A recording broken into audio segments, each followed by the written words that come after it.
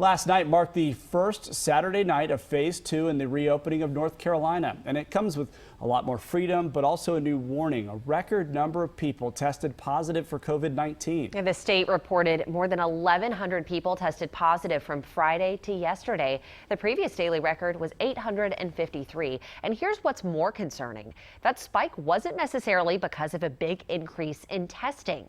Tests weren't at a record high, but the percentage of positive tests hit its highest level in more than 3 weeks at 10%. Hospitalization also reached a new high at 589.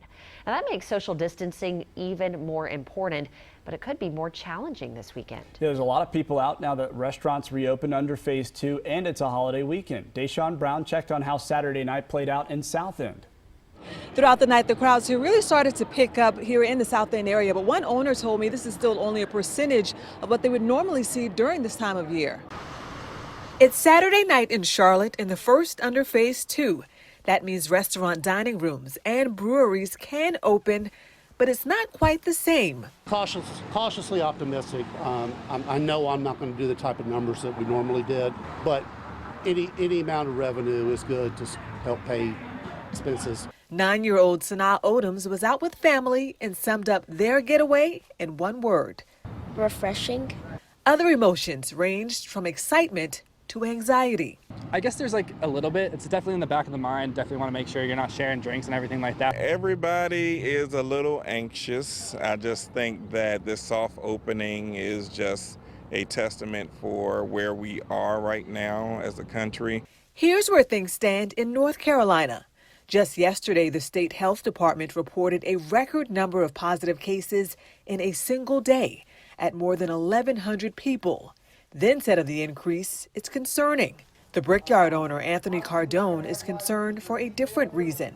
I'm upset about it. He was expecting to reopen too this weekend, then learned bars like his did not make the cut. What kind of evidence do they have to say that we can't follow the same guidelines solely because we don't have a kitchen? Many restaurants that do have a kitchen didn't have their normal crowd, but told us it's a start. Just doing those common sense things I think we can manage for right now. And for perspective, that owner says this is about 40% of the numbers they would normally hit right now. So it will be an uphill battle. But then I also heard from another restaurant that chose not to reopen their dining room, citing safety reasons. Back to you. Still a relatively slow night out there. Phase 1 only lasted for 2 weeks, but we are expecting a longer phase 2. For phase 3, we have to meet certain requirements, including a downward trend of COVID-19 tests. Now, right now, the state says phase 2 will last at least 5 weeks until June 26. And we are going to be watching for an update from the state this week about what phase 3 could look like. In the past, Governor Cooper said restaurants and churches would be able to increase their capacity. High-risk groups will still be encouraged to social distance, and rigorous restrictions will still continue at nursing homes and group care centers. Well, South Carolina is taking more steps toward reopening. Governor McMaster allowed attractions and movie theaters to reopen just in time for the holiday weekend. Yesterday, the state announced 248 new cases of COVID-19 and 6 new deaths. Only about 9% of tests have come back positive. All right, now take a look at this. Today's New York Times front page simply features names, a list of people who lost their lives to COVID-19. Now, these are only 1,000 of those victims. The U.S. nearing a grim milestone of 100,000 deaths. A somber sight there. 2 political groups are pushing for elderly and disabled people to be able to vote without being exposed to COVID-19. Democracy North Carolina and the League of Women Voters filed a lawsuit on Friday. And it says the state's vote-by-mail requirements are unconstitutional because voters will have to risk exposure to successfully vote. The organizations want the court to declare the state's requirements unconstitutional. South Carolina is allowing absentee voting by mail for anyone in next month's primary. And this could mean a longer wait for results. So far, the state mailed out 72,000 absentee ballots. About 160,000 voters requested them. And the primary is June 9th.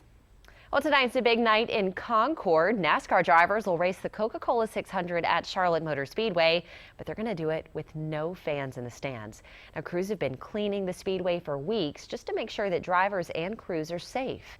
Now, last week we showed you this, the new state-of-the-art mobile hospital that'll be at the Speedway today and throughout the week. Everyone entering the Speedway will go through several health screenings, and anyone with symptoms will go to Med 1. It has 14 beds to isolate anyone who could have COVID-19. Now, this will be separate from the care center. That's where drivers go to get checked out after crashes. Officials used a previous version of Med 1 at the 2012 Democratic National Convention in Uptown and during disasters like Hurricane Florence.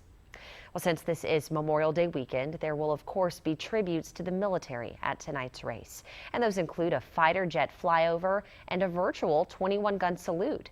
Each driver will also have the name of a fallen service member across the windshield of their car. How cool.